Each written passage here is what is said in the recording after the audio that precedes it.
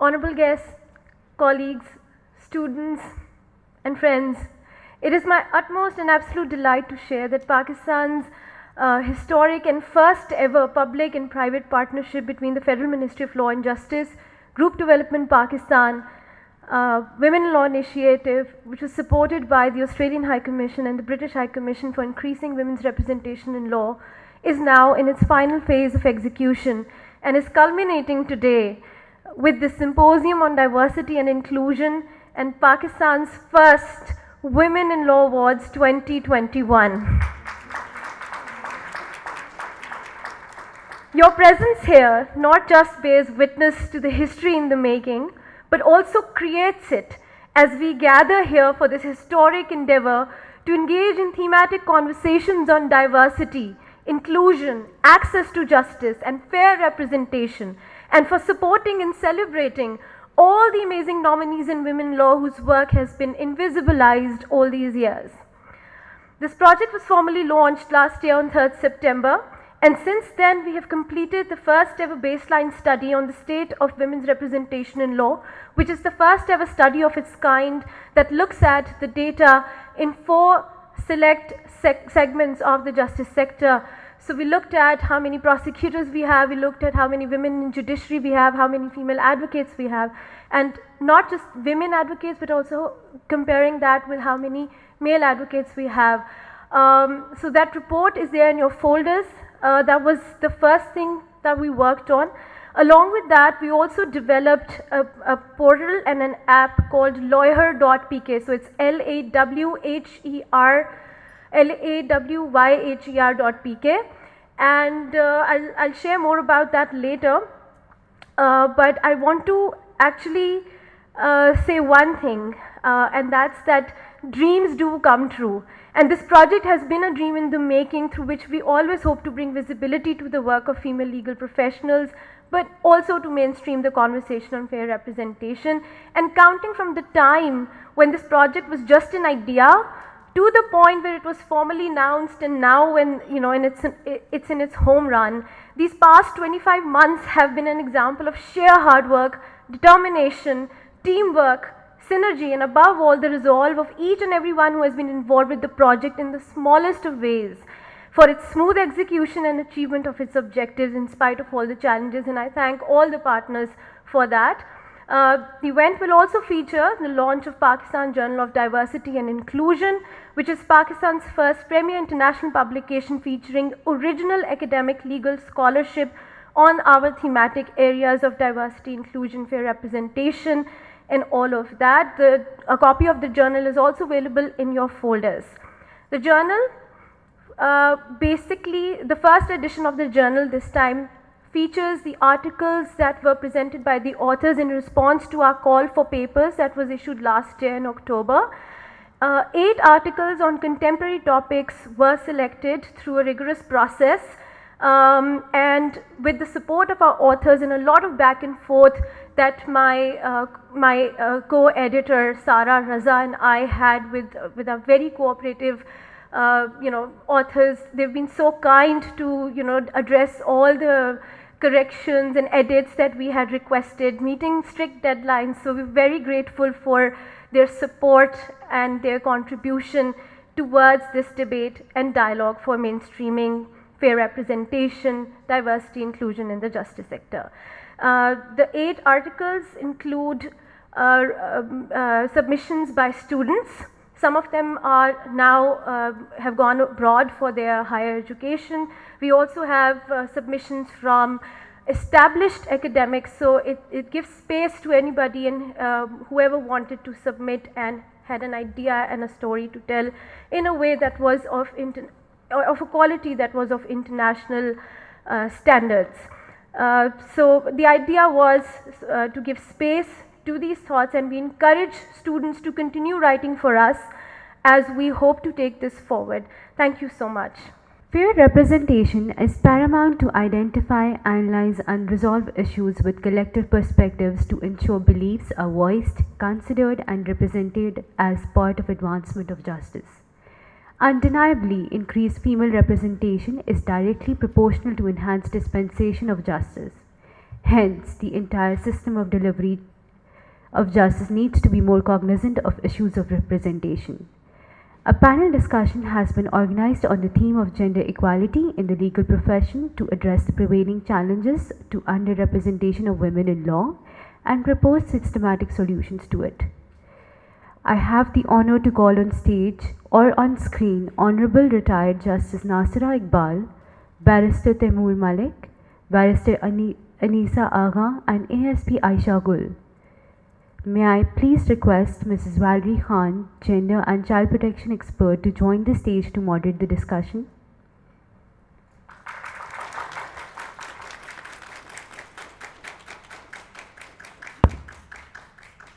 Assalamu alaikum, everybody.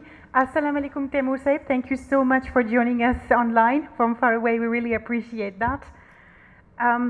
So we would like to use this momentous occasion to start with a key question that I think we're all asking ourselves. And I would like to start this question with Honorable Justice Nasira Iqbal Saiba.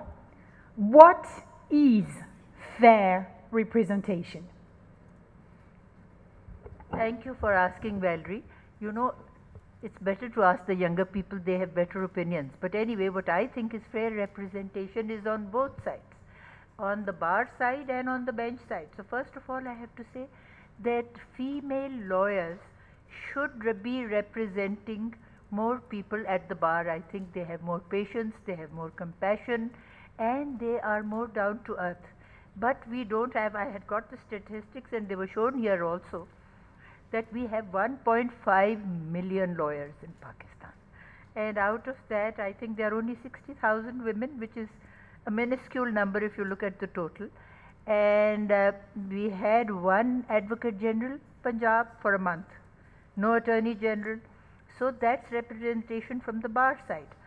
But on the bench side, we have family court judges, which is a very good thing that was introduced in 1964 and in the Family Courts Act. First there was one woman judge in every district, and since there were not enough women to go around, they would say one woman judge will sit 3 days in one district and 3 days in the other. But now we have 2 females in every district. But it's only just crossing the threshold, and I think this is something which has been an added bonus for women. But when we come to the higher levels, in the district courts, no, not so many women. In the High Court, only 6, and in the Supreme Court, none, which is a shame. We have to rectify this situation. So that is the representation. No Attorney General so far either. So let's see what we can do. Thank you so much, Justice Saiba. We know that you have always been there to, bring your voice to the younger voices, actually, that you just mentioned, to remind us all the need to increase women's representation in the justice sector. So shifting to the voices, the younger voice that you mentioned, actually, in the legal profession, I would like to ask Anisa Saiba. Women only account for 12% advocate, as Justice Saiba mentioned, in the country, whereas women make up 15% of the members of the judiciary overall in Pakistan. And some of the interlocutors that we talk to sometimes tell us, well, you have 12%, you have 15%, this is fair representation. What are you complaining about? So what would you like to answer to this argument? Thank you, Valerie. That's a great question, and you're right, it has been frequently asked to us that there are only 12% advocates and 15% women in the judiciary, so why aren't women happy?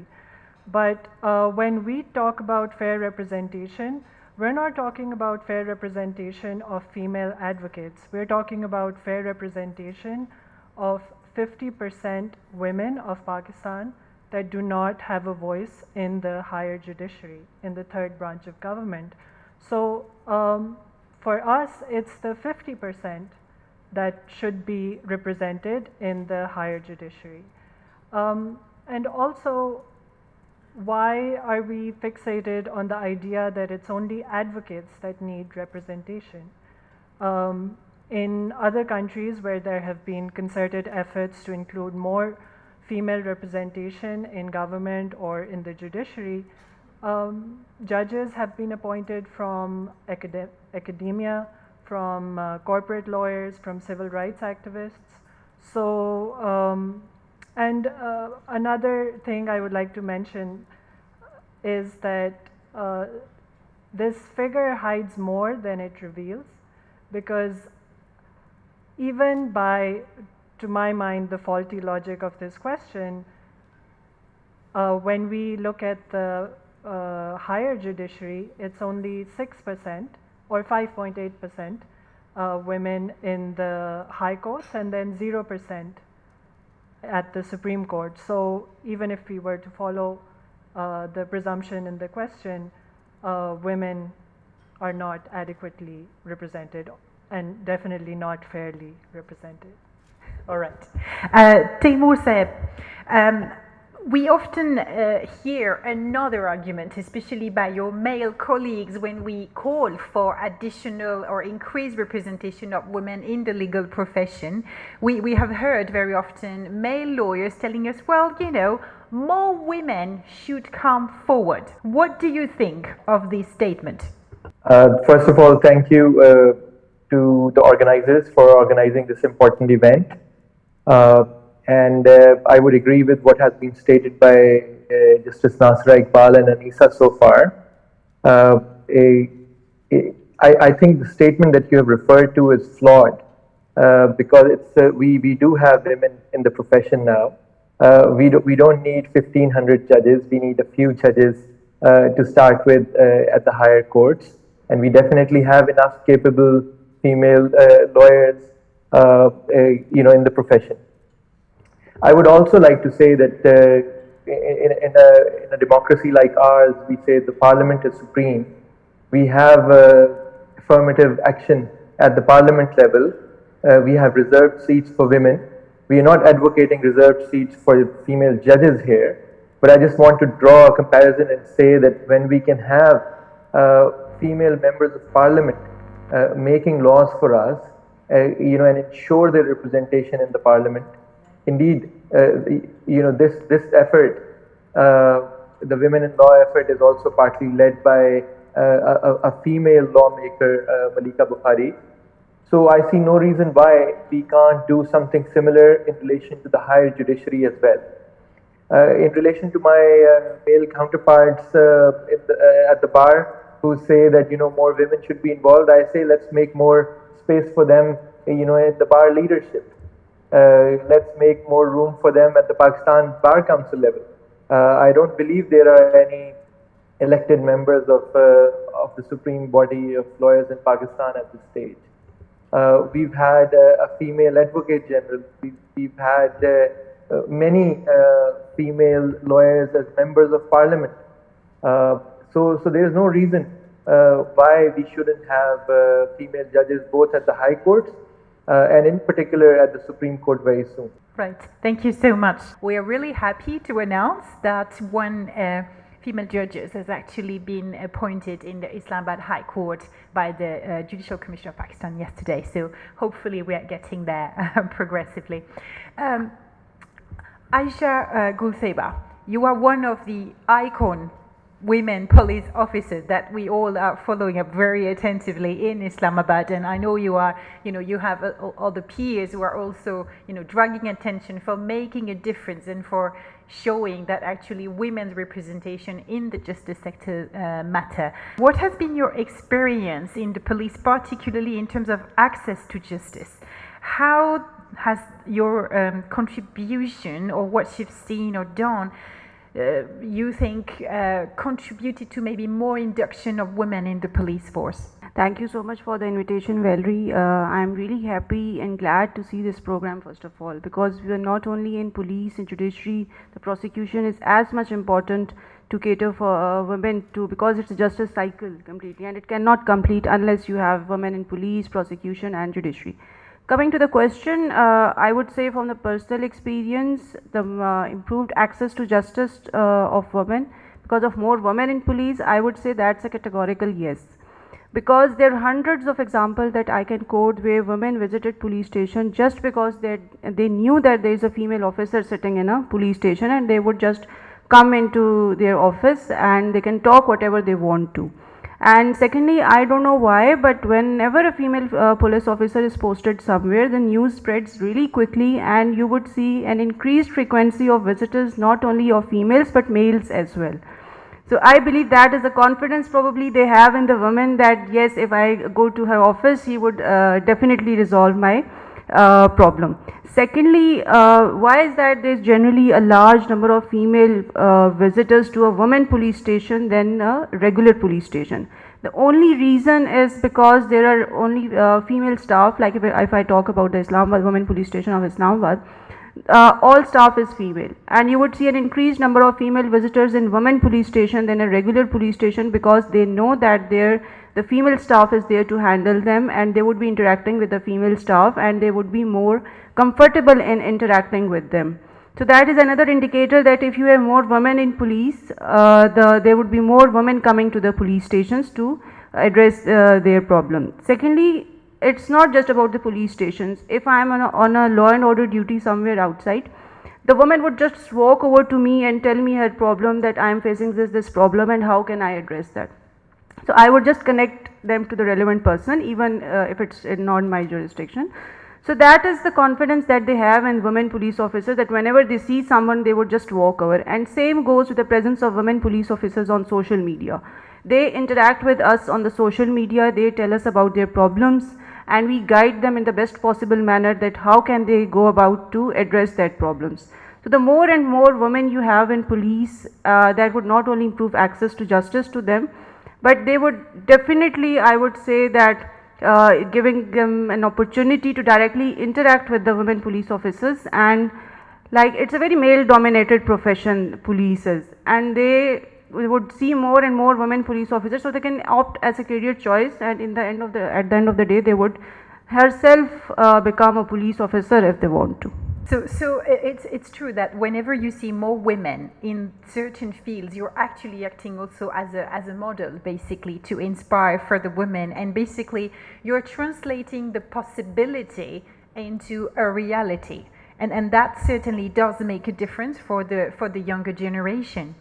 I know that you've been also very closely involved into the establishment of certain pilot initiatives to actually promote and increase this access of women and girls to justice via the establishment of the Gender Protection Unit in Islamabad. Can you explain to us what is the concept of the Gender Protection Unit, and what you think is the biggest strengths of such gender-sensitive setup? Oh. Well, maybe Nasira, if you want, Nasira Saiba, if you want to comment on that, and then Aisha can complement. First of all, I wanted to comment on what Aisha said. She is quite right.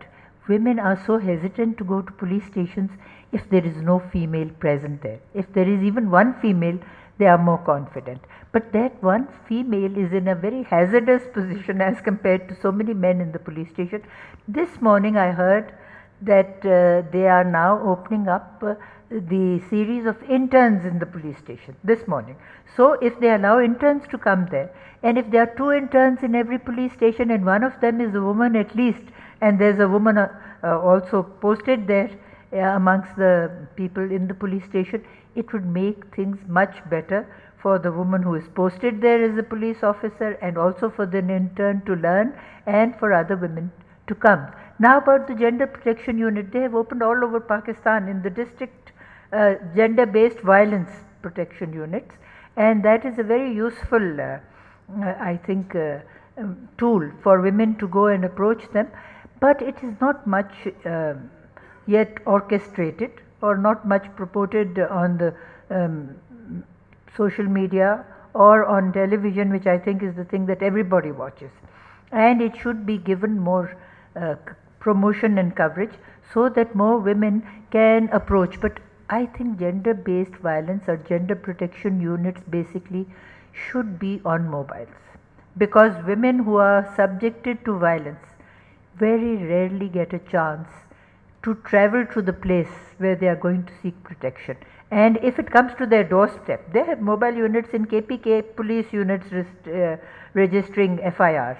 So I think we should have something for gender-based violence or gender protection also in that respect. Thank you. Thank you. So food for thought, Aisha Saibana, Gender Protection Unit, the one which was established in Islamabad and maybe soon on mobile unit if we follow as the Justice Nasir's suggestion. Can you explain to us what is actually the specificities of this Gender Protection Unit, which we would like to point out is in process of being replicated in Sahiwal, as well as Peshawar, and if I'm not mistaken, in Azad Kashmir and Gilgit-Baltistan as well, I believe. Thank you so much. The idea behind the Gender Protection Unit was the same, that it's a male-dominated society and the females are hesitant to come to police station to address their problems. So the specific feature or the most stark feature of this Gender Protection Unit is that you can call, if you don't want to visit a police station, you can call on the helpline 8090. And by the way, the Gender Protection Unit in the Facilitation Center F6, so it's in the heart of the city. There's an all-female staff deployed there. We have 7 female officers, and the SHO woman also spends most of her time in the Gender Protection Unit. So if a female is facing any problem and she does not want to visit a police station, she can just call on the helpline number 8090, and we have a mobile team. Instead of going the local police station 15 staff, which comprises of the male staff, the female staff of the 8090 comes at your doorstep and that gets the application from you if you don't want to visit the police station or the Gender Protection Unit. So from there the application is marked to a female officer. So basically the whole idea is that a female should be dealing the complaints or the applications related to females, so that they are more comfortable in that. And I must say that it's performing really well. I think their resolution rate is above 80%, which it started in May and today we are in November. So the success rate is really good. And there's a feedback mechanism as well, that whenever a calls come, we monitor their approach time. We see it in how much time did they reach the destination and how much time did they spend on the destination, what was the complaint. And then an officer calls the complainant and asks whether are you satisfied with the services offered or not. So whenever we get any sort of negative feedback, we try to correct it and we try to work on it. And as well, you mentioned that there are many other cities that are in contact with us and they want to replicate this project there, because I think in Islamabad is a big city, people are educated and they have a lot more access to the social media, to the media, so they can directly interact with us. But there are cities which are facing this problem, that carrying on the message of the Gender Protection Unit or establishing such a unit is in itself is a big problem for them. So we are working on it, but the idea behind the gender unit is that basically a female officer should be dealing all the procedure that a male officer usually deals in a regular police station, so that the females are more comfortable and they come to us and they bring their problems to us, so we can address the problems in the best possible manner. So building upon solutions and piloted models of what could be qualified example of good practices, I believe, I would like to go back to Taimur Saib and build upon what you suggested. When you talk about affirmative actions in the parliament that basically help to increase the presence of women and their capacity and possibility to contribute to the decision-making process in terms of lawmaking or legal oversight. When we advocate for this increased representation, and when we say increase, we mean meaningful and safe representation of women in the legal profession. What would you suggest? What do you think are key, pivotal, fundamental measures that ought to be taken to ensure that these suggestions actually turn into a reality, apart from what we've already discussed? Thank you. Very important question. I'm obviously here as a supporter and a champion of what we are discussing today. I would say that any move in this respect starts not just by nominating female judges to the superior courts, but I think it's an engagement process which needs to be held at every stage. I think the most important thing is that if in any organization we want to recruit a qualified person, whether male or female, you go out, you speak to relevant people and encourage them to apply for certain positions, or you show them the benefits of applying to a certain position. I think that process is missing in Pakistan in relation to increase female representation on the bench.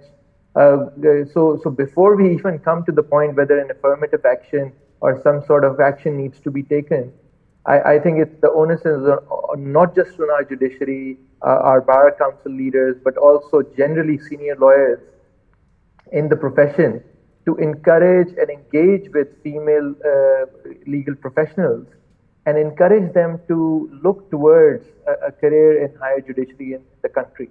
I think the mere fact that we don't have any female judge of the Supreme Court perhaps discourages a lot of very well qualified female legal professionals from aspiring for that role. And the low number of, I think just 6 High Court judges across Pakistan is again also not very encouraging. So that process needs to establish. I think there needs to be some sort of positive and conscious, feedback from an initiative from all the key stakeholders that we want to see more female judges in the higher judiciary, and that should, really bring forward, qualified and interested candidates who should then be, if we talk about meaningful representation in the superior judiciary, come to be identified as potential candidates for such roles.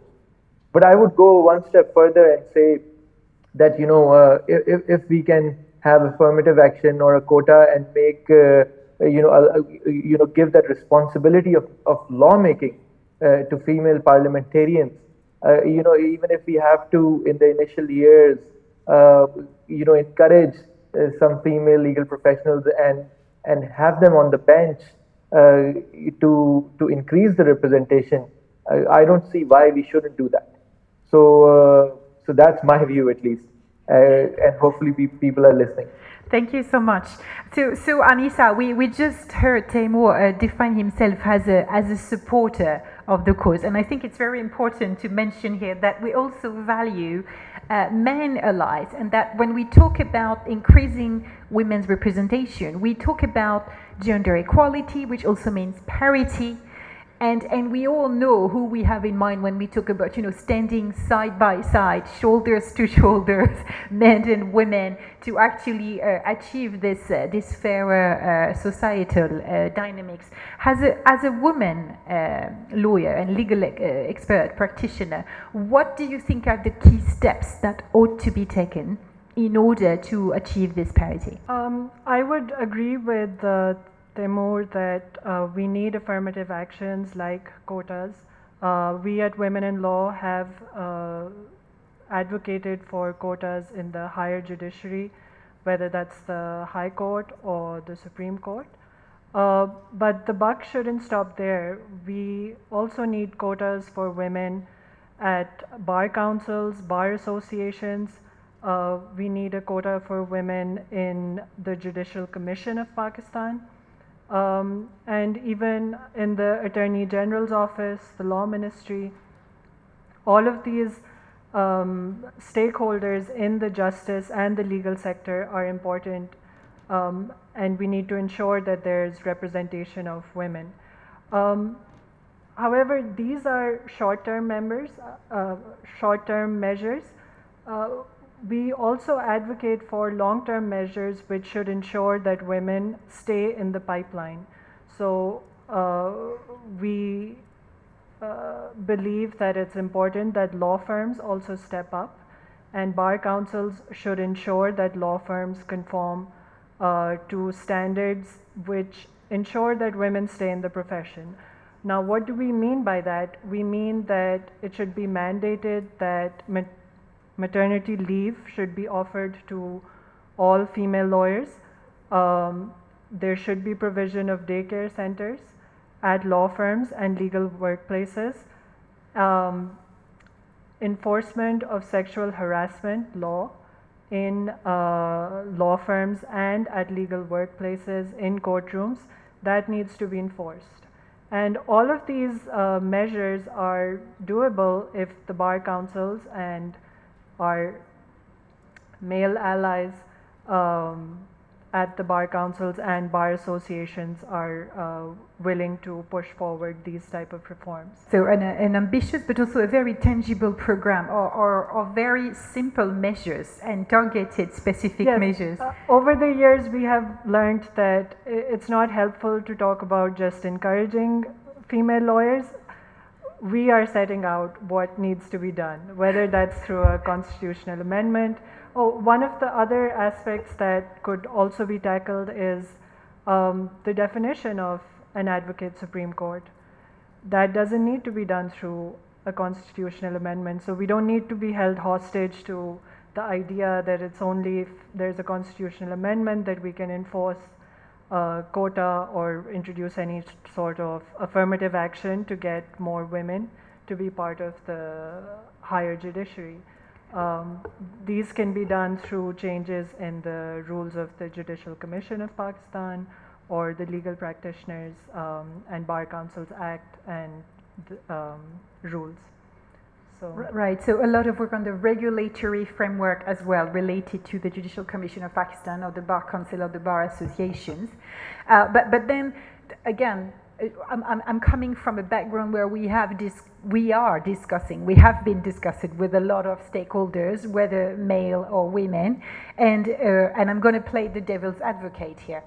So you are asking for change in the regulatory framework, which could include regulations or laws, or even we've been mentioning some constitutional amendments. So my question to you is, we already have seen, as Taimur mentioned, affirmative action to increase the level of women's representation in those law or policy making bodies. Do you think that ensuring that women lawmakers are actually more present do contribute to actually those kinds of gender sensitive outcomes and with more inclusive measures or regulatory framework, or not? of course they do. When there have been studies which have looked at the type of measures and the type of actions that women parliamentarians undertake compared to their male counterparts, and those studies and reports show that women do act more. The agenda, when it's driven by women, is centered towards children's rights, towards women's rights, and human rights in general. Another aspect that is very relevant for us is climate action. There are reports which show that if women are part of decision-making bodies, actions are determined in a way that it is better for the planet, it is better for our future. So, yes. So, Justice Nasira Saiba, we then continue the discussion with our male counterparts, and some of them would say, well, why would you really focus on this kind of positive or affirmative actions? If women are competent, if they're really good, they're going to make it. There is no need to take special action. What would you answer to this? Well, I think as far we started out with our male supporter talking about women's representation in Parliament, and if we don't have affirmative action here, and I'm very glad, Valerie, that you're using the term affirmative action, I would very strongly warn all the lawyers not to use the word quota. This was defined by the lower courts and the High Court, meaning a restrictive number which was allowed, and in Shirin Munir's case in the Supreme Court said it is not a quota, it is affirmative action which enables women to cross the threshold. Once they have crossed the threshold, they can come on general seats, and if women medical students make it more than 10%, they can occupy as many positions as are available in the colleges.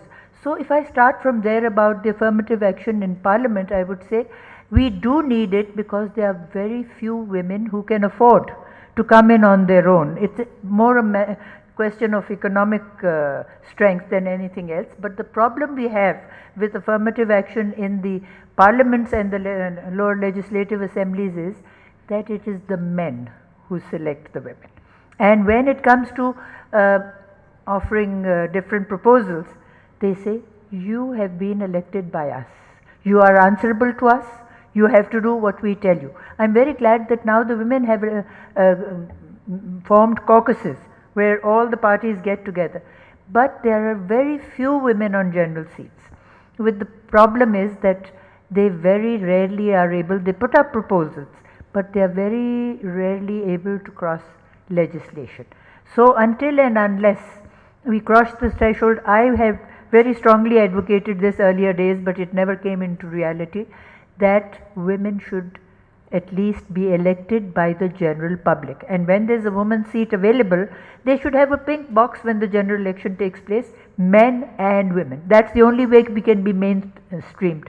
Otherwise, it will be just, marginalized, and it doesn't really mean the same. Women's representation in the legislatures is not effective until and unless they are voted in by everyone and not just by the men. Thank you for showing the way ahead. It was very also, I would say, not so modern, because as you said, you've been advocating for these measures for quite some time now, but they're still very relevant and very valid actually, which shows that we still need to do more progress on that. Another concern, and I think I will close with this question before we shift to the question answer session in the crowd, because it's also important. Michelle, I just wanted to point out that in the crowd, we have a lot of students from law schools and a lot of young women lawyers and men lawyers as well. So it's really an occasion also for them to actually exchange with you and ask you questions who may, inspire them into the next step they're going to take. Unki mustaqbil ke liye, unki career ke liye kya kar lege, kaise kar lege. I hope that this exchange will give them some insight on that. Some of the public was also saying that, if you want too many women in those decision-making bodies, and especially in the judiciary, you're going to end up having gender-biased decision, which will favor women and which will not uphold the principle of fair trial. Anissa, could you answer? I think the answer lies in the question itself. I think currently the level and quality of decisions that are coming out are very gender biased. And that is what we're trying to change through advocating for increased representation of women in the judiciary. There are areas of law that have been defanged because of male judicial interpretation of the law, if you look at the sexual harassment law or notable other cases that have come recently, they look at law from a very male lens, and with respect, I think, come to faulty determinations. Right, thank you so much. So yes, it's about balancing things and not putting the interpretation of the law from one side more to the other, and that is what is missing currently. Pretty much all over the world, by the way. That's an issue in general, and that's but nowhere 0% in the highest. In the highest. I would like now to go back to the crowd and request our participants to ask any question they would have in mind to the honorable participant of the panel. Anyone with a question? This is an occasion. I know you come from your law school, so use it, avail it to actually ask the burning questions. You have very brave panelists who will be delighted to share with you. Yes. Can you introduce yourself before asking the question? Hello, Assalamu alaikum. My name is Sardar Nadir. I'm a third-year law student, and one of the reasons why I wanted to pursue law was to have some gender equality in our country, because I feel like this is one of the best avenues to do so. It is also an honor to get to address the panel. So one of the questions I had is, as we discussed, there's a lot of barriers that come when it comes to inclusion. One of the barriers I feel like that was not discussed is the more social and cultural one. So for example, even if we want more female lawyers, or even if female lawyers want to practice, there's still the barrier from their homes or the fear from themselves, because we are a society that does not treat women that well in our social spheres. So in that regard, is there anything that we can do to have more inclusion from the onset, where we have these female lawyer students have more confidence in the fact that they can go and, because from my interactions, that's something that they have already preset in their mind, that even when they do graduate, there will be so many barriers for them that it will just not be something that is feasible as a career or as a passion or as anything. Thank you. Who would like to take this question first? Nasira Seba? Well, I do think that the barriers are coming down. As they say, Joshua and the Battle of Jericho, and the wall came tumbling down. They are coming down. But we have to keep at it all the time. I have been in the profession 30, 40 years ago, and I have seen changes, but you are right, there is harassment to female lawyers in the courts. And it's very difficult, you can't even use this harassment law over there, and the male lawyers feel that this is their domain, they don't want women to intrude into it, and they say, what are you doing here? You go home, you look after your children. And one of the things that was raised here was that there have to be more baby creches, and something that Shaheen raised, she was our first Women's Commission chair, and she said there are no toilets for women anywhere. The first thing you have to do is have toilets for women at the grassroots level. And other thing that comes from grassroots, we used to have much better representation in the local bodies. And it's the local bodies where you deal with the general public. And general public can benefit if there are more women, and there used to be in the previous local government acts. But now I find their number has become minuscule and is being reduced more and more, and they are not even putting in the local government acts into effect. So this is something that we all have to work on, and I think women need to be courageous. If मैं उर्दू में कहूँगी, जो डर गया वो मर गया. और जब मुझे कोई कहता था जी आप जाएं घर, अल्लाह अल्लाह जाके करें, आप यहाँ क्या करें, मैंने कहा मैं आपको कुछ कह रही हूँ, मैं तो कुछ नहीं कह रही, आप मुझे कुछ नहीं कहें, मैं अपना काम करूँ, आप अपना काम. So the thing is that you should be ready with repartee if anybody tries to make a mockery at you, because law is very much a male dominated profession, and not only in Pakistan, all over the world. June Bader Ginsburg, who just died, the Supreme Court judge in the United States, she mentioned how she could not get a law degree from Harvard because they wouldn't admit women. She went to Columbia and she got a law degree from there, and then she came and worked in a law firm, and she couldn't even get a job. The same thing, we are not very far behind, and we are, I think, making up much more, because Muslim women, as we have been told, to women is allotted what they earn, and to men is allotted what they earn. So I think we have an edge over women all over the world, and if we try hard enough, we can achieve in the legal profession, politics as well, and these both go hand in hand. Unless you are represented in politics, you cannot get legislation for, and also in the bureaucracy. I think that is some place where we have a serious problem. Very few women bureaucrats, and they are the one who implement or execute the law for everybody, for the women also.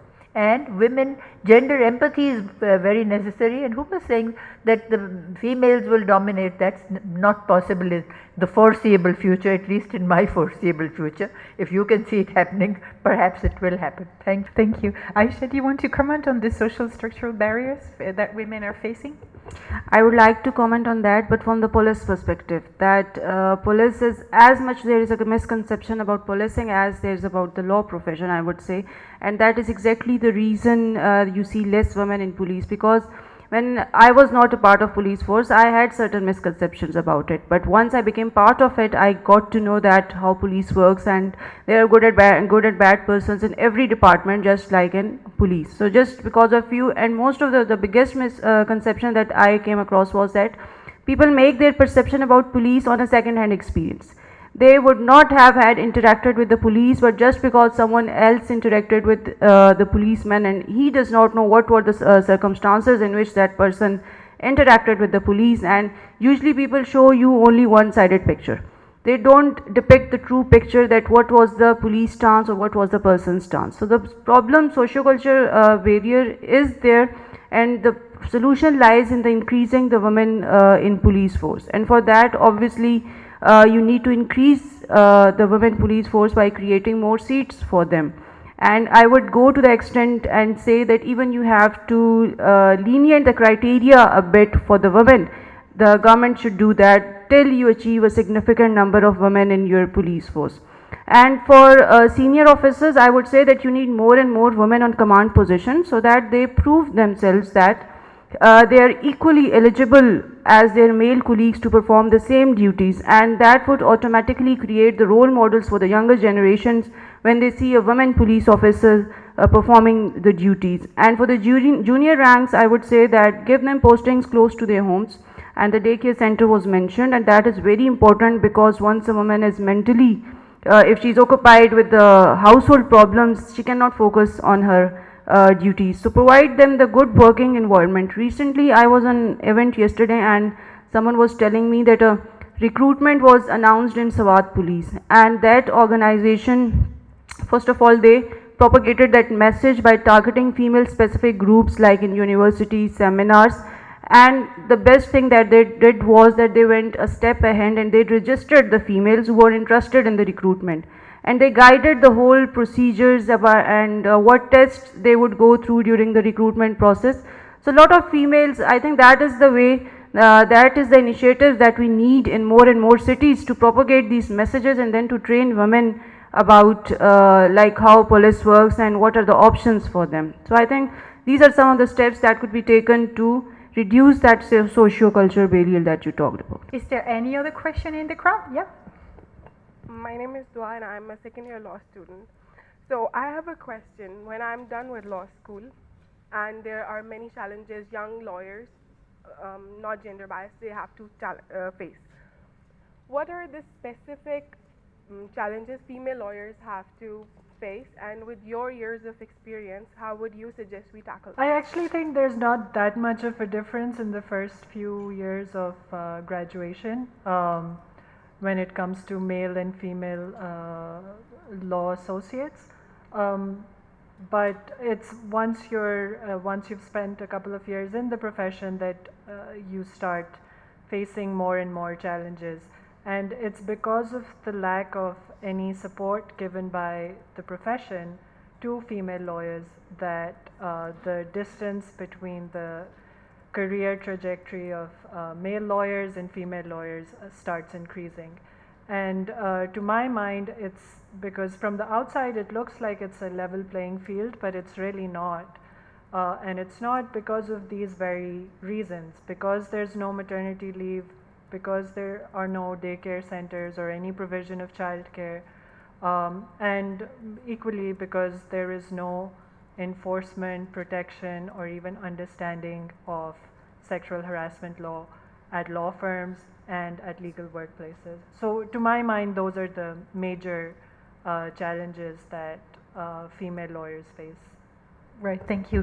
Taimur, as a male lawyer, what do you think are that was coming from a law student, a young one, what do you think the female lawyers will face as challenges, and do you have any solutions to those? I think Anisa has rightly pointed out some of the key challenges, but I would like to look at the opportunities that are there.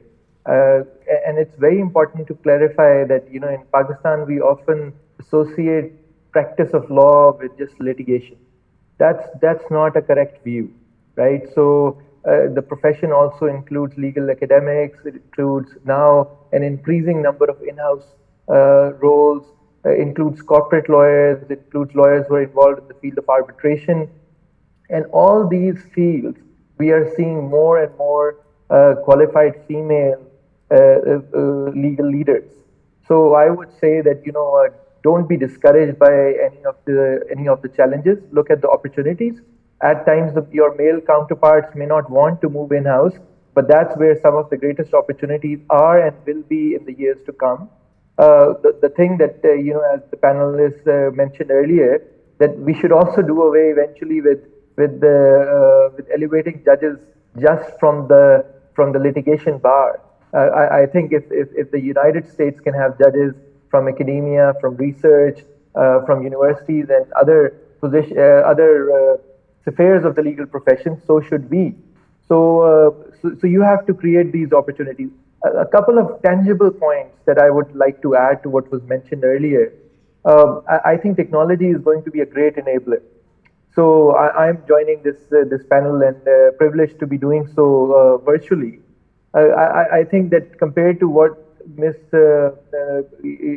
Aisha has to face in the police force, I think our female counterparts have less of a challenge because they can actually practice in their own town, in their own city for as long as they want. They won't get transferred out to other cities, so which makes things more difficult.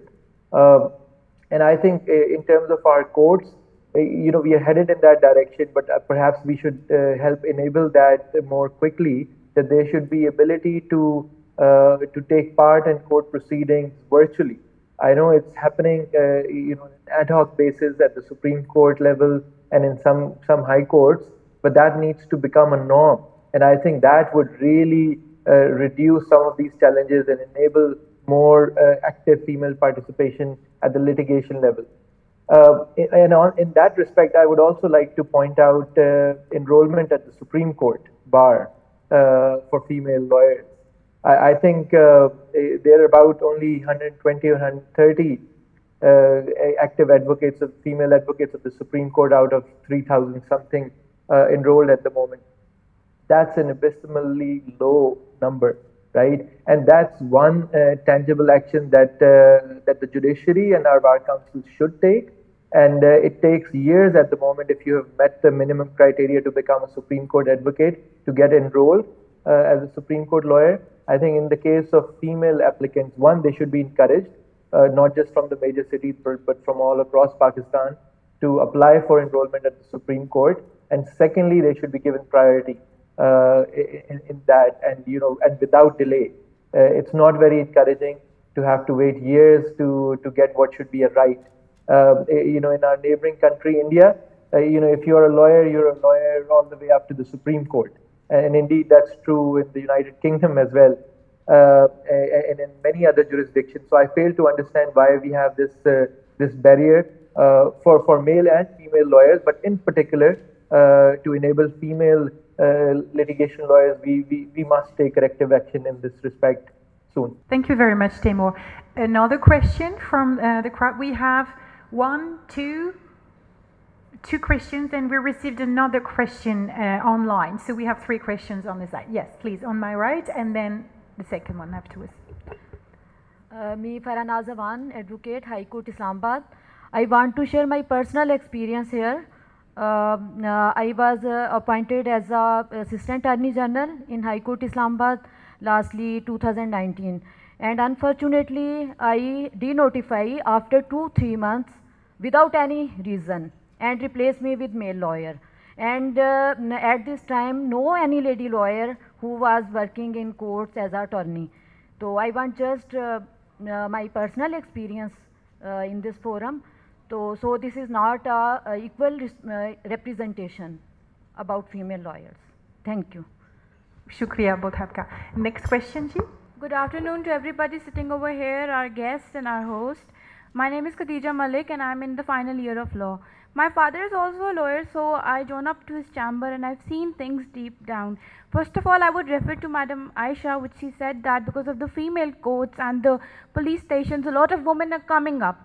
And I would say that the theory of deterrence can be followed up, because the crime rate will decrease, because people will avoid doing all these crimes, because when they will see that women are coming up and they're coming over for their rights, and then gradually, eventually all of the civil society and with collaboration with all the government, the things will be settling down. And another suggestion from my side is that all the ladies sitting up on the higher posts, they should need to tell their experiences to everybody, so that the women who are trying up to reach this level, they can know how can they find up their home justice and the problems going on in the civil society, and all the other issues can be tackled.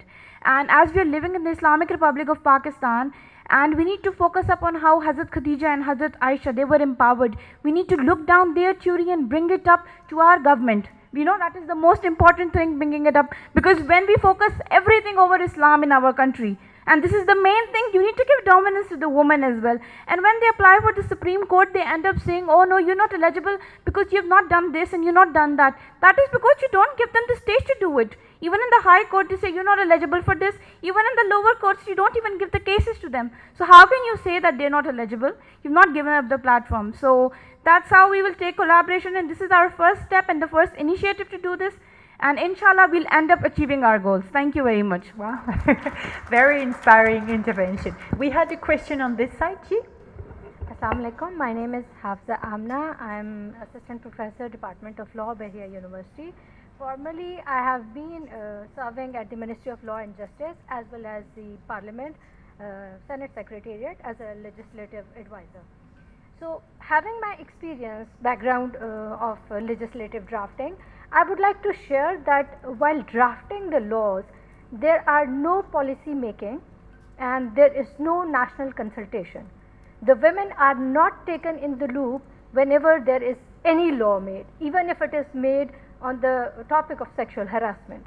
The people are not consulted, so I would like to add a comment that there should be a national consultation.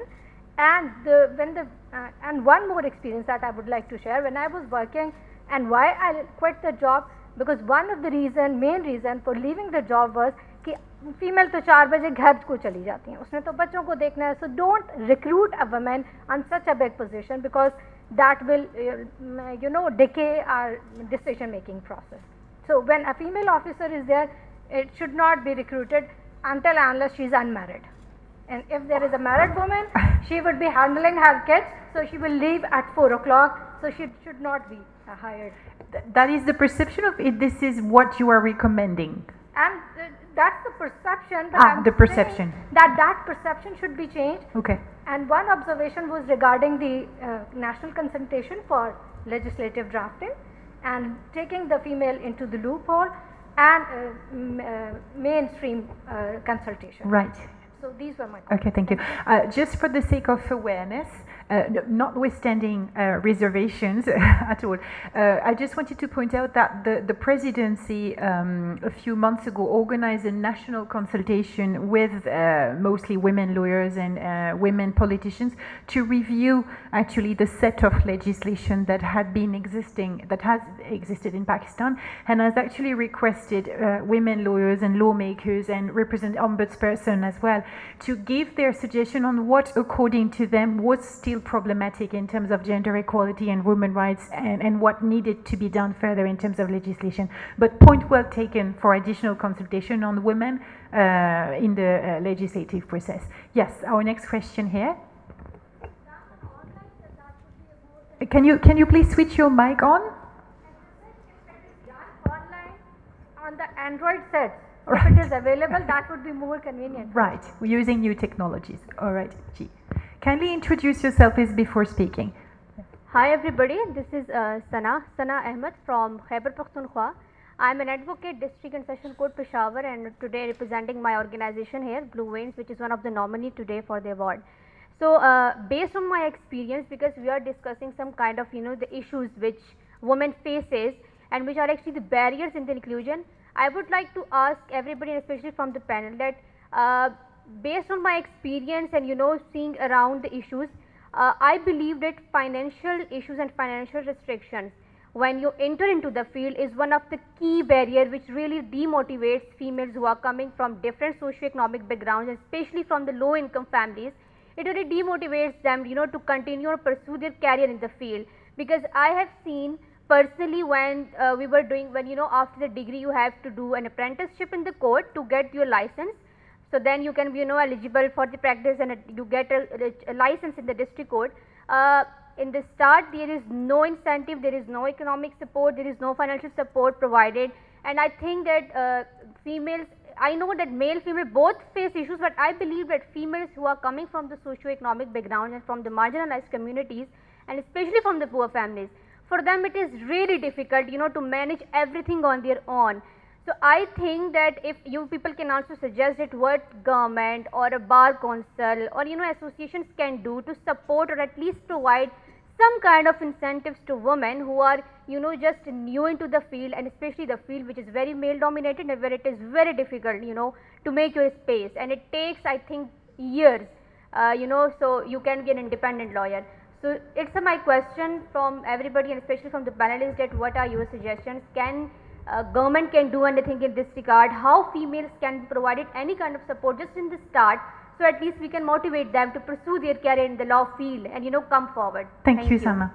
Justice Nasira Seba, what can we do to facilitate economically those young Thank you women? very much, the young lady from Khyber Pakhtunkhwa, and I have experienced this problem myself, because when I went into the legal profession and I started apprenticing with a firm, they wouldn't give me anything. I was doing all the drafting and no compensation, and this is the problem. But you see, the Legal Practitioners and Bar Councils Act has a specific provision that, like you provide 10% to your munshi. So munshi ana agar de sakte hain, to why not to the apprentices? And they make the women carry their books. The leader of the chamber wouldn't take me to the court because he thought I knew more, and he didn't want to have any kind of interception of that kind. But the problem is that we should put into effect the legal councils and Legal Practitioners and Bar Councils Act, and for the apprentices there should be a portion of the fee which has been received, and in every case one of the interns should be prepared, because you know what happens is, and now I'm very glad that this has come online and you can argue a case wherever you are, that when a senior lawyer knows that he is not likely to win the case, he will say, I'm busy in Peshawar, I can't come to Lahore and can't go to, and somebody will come and get an adjournment, and that will probably be the female intern.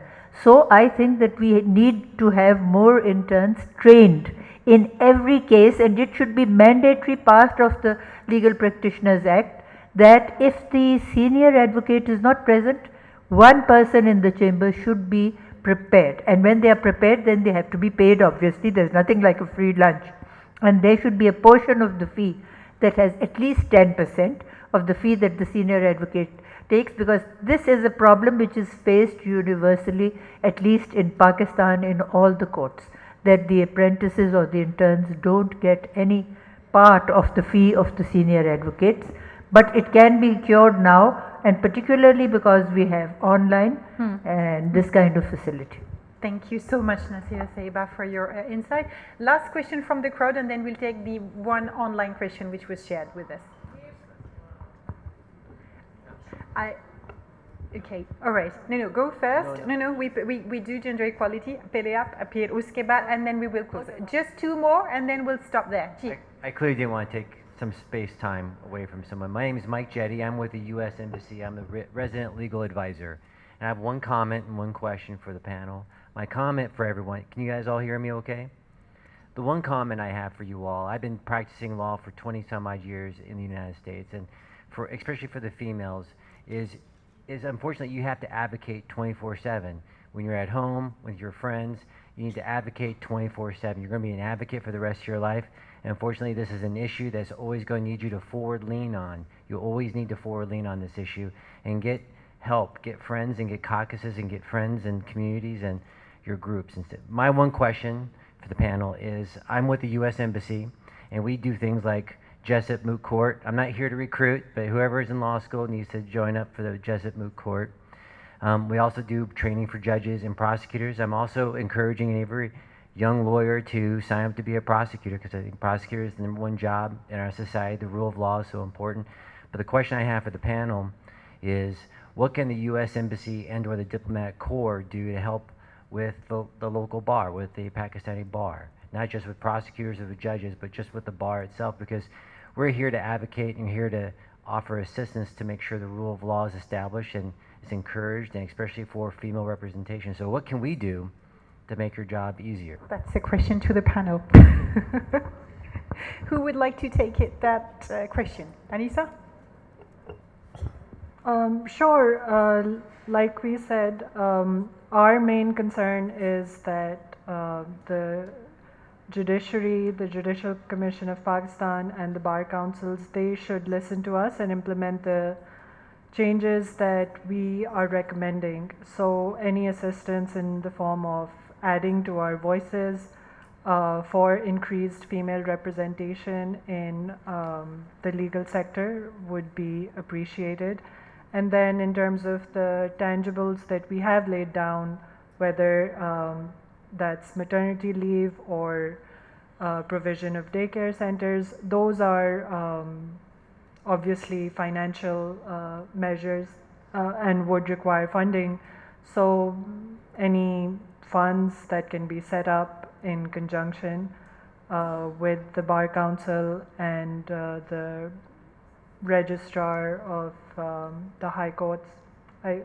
I mean, this is just off the top of my head. Usually my focus is on the state bodies of Pakistan. So. Okay. I think what we need to acknowledge is that we thank the US Embassy for asking how they can help. I think there is value in sharing experience because gender discrimination and the ceiling for women is actually a global issue which we are facing in every country. So I think there is, first of all, value in sharing how, the best practices, how we models of overcoming that. How did people, especially women lawyers or bar association from the US, from the US did overcome that? That would be one interesting aspect. And then, Justice Can I add to what could be helpful is, for women, to begin with, they are a little bit hesitant to come into the bar rooms because of not having any childcare centers. That is something that you can help with because it needs financing and also toilets, which is a big problem for women. But the third thing is that mentioned already that you are having training sessions for women judges, particularly of the family courts. That's very important. And in-house counsels. I know that the US Embassy also engages in-house counsels. Asma Jahangir was the in-house counsel for the US Consulate in Lahore. So, and women are very much more sensitive to the input of the job or assignment they have.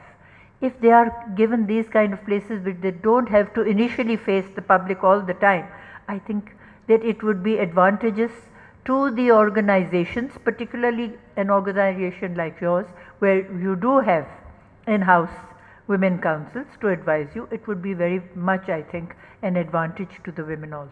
The other question on this side? अस्सलाम वालेकुम, मेरा नाम नीलम चट्टान है और मेरा ताल्लुक़ सवात से है। मैं फाइनल ईयर की स्टूडेंट हूँ और मैं सोशल वर्कर भी हूँ और साथ में रिसर्च कर रही हूँ विटनेसेस प्रोटेक्शन पर।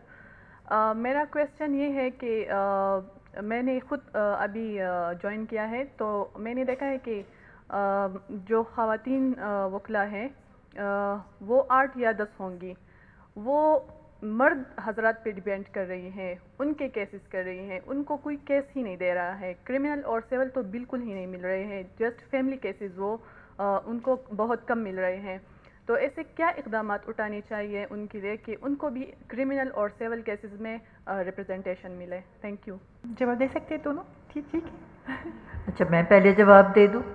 पहली बात तो ये है कि आपको पता है कि हर अदालत में स्टेट काउंसिल होते हैं। जब मैंने पहले शुरू की थी practice, I didn't know anybody, I didn't know what to do, so I went to the advocate general office and I said जी मुझे स्टेट केसेस दे। 100 रुपये एक केस की फ़ीस होती थी, अब 5000 रुपये देते हैं स्टेट काउंसिल को। तो एक तो अपने नाम आप वहाँ जाके लिखा दें एंड इट्स नो प्रॉब्लम, आपको केस मिलेंगे। अब तो उन्होंने एक पैनल बनाया हुआ है, तो उसमें वो डिसाइड करते हैं कि अगर उनके पास 50 नाम आए हैं तो इनमें से कौन कर सकता है। लेकिन स्टेट केसेस में ये है कि आपको कुछ ना कुछ तो मौका मिल जाएगा करने का। अब आप कहते हैं आपका ताल्लुक़ स्वात से है? हाँ, तो स्वात से भी पिछले दिनों ट्रेनिंग ऑफ फैमिली कोर्ट जजेस वहाँ खैबर पख्तूनख्वा के जुडिशल एकेडमी में मैं करके आई हूँ पिछले हफ्ते ही।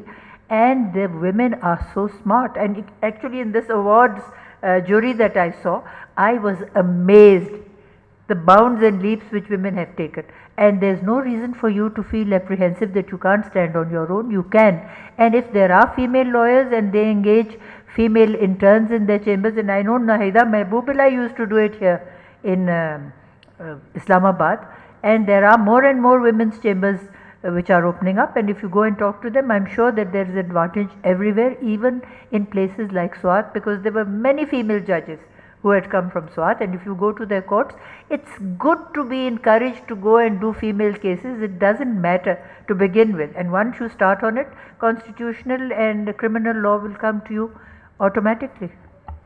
कुछ और ऑप्शंस भी है, शायद आपने सुन लिया कि आप वुमेन इन लॉ lawyer.pk का ये भी ज्वाइन कीजिए, और उसके अलावा और फोरा है जो कि ऑनलाइन है, सच एज वकील ऑनलाइन, कोचिंग द लॉ कानूदान की तरफ, ये सारे प्लेटफॉर्म्स भी आपके लिए प्रोजेक्शन और नेटवर्क भी हो रहा है। तो मेरा ख्याल है इस तरीके से ये केसेस इंक्रीज हो जाएगी। और दूसरी बात है, हमारे सब स्टेक होल्डर्स का ड्यूटी बनता है कि हम लोग भी हाईलाइट करते हैं कि इस केस ट्रायल करने के लिए हम लोग ने एक फीमेल लॉयर्स के साथ भी कोलैबोरेट किया। ये बहुत खासूसी कदम है और इंशाल्लाह हम लोग ज़रूर कर लेंगे। Thank you very much. The last question. Thank you so much for allowing this concession.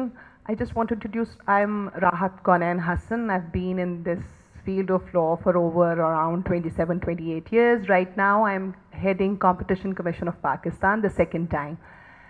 Just wanted to share that in the next the Women's Day, we would be holding a competition policies with the gender lens focus. That's what we intend to hold. And I would invite all of you to come there. And the whole secret about women empowerment is having clarity as to what you want, number one. Number two, making choices. You always have a choice, either to give in or to become a victim or to work for a change. Equality, when you talk of, then give up your privileges. Don't expect special treatment. And the best way to lead is to take more and more responsibility.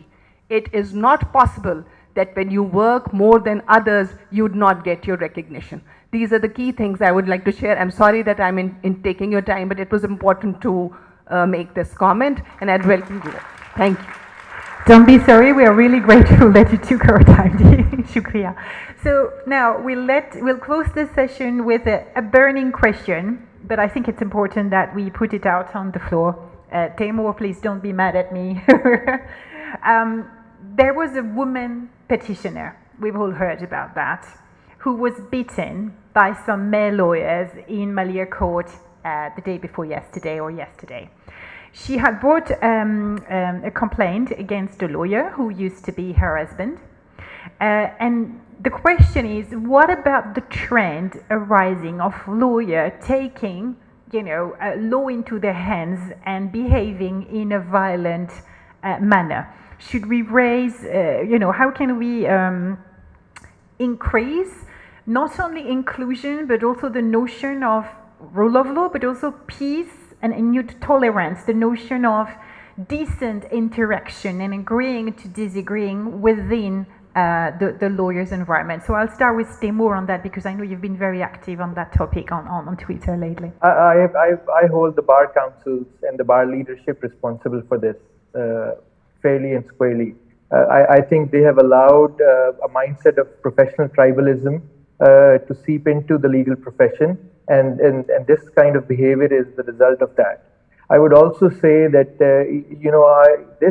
this kind of behavior, because it discourages inclusion, it discourages the notion of a fair justice system, is perhaps on a higher level, than the crimes or the corruption charges that we talk so much about, right? So we talk about disqualification for life, we talk about a lot of things which are perhaps in comparison less significant.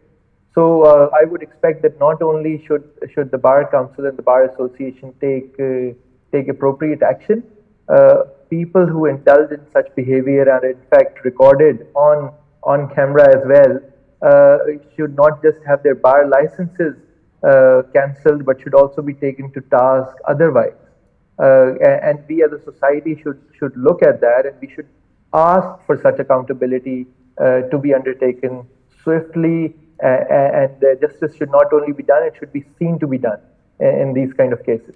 So it's not about a female victim in this case, but just anybody, and lawyers who are supposed to be officers of the court behaving in this manner. This is just unacceptable. Thank you so much, Tamer. I also would like to point out that the president of the Scene Bar Association has officially requested an investigation and an inquiry into the matter. Thank you so much for your insight. बहुत शुक्रिया सबको.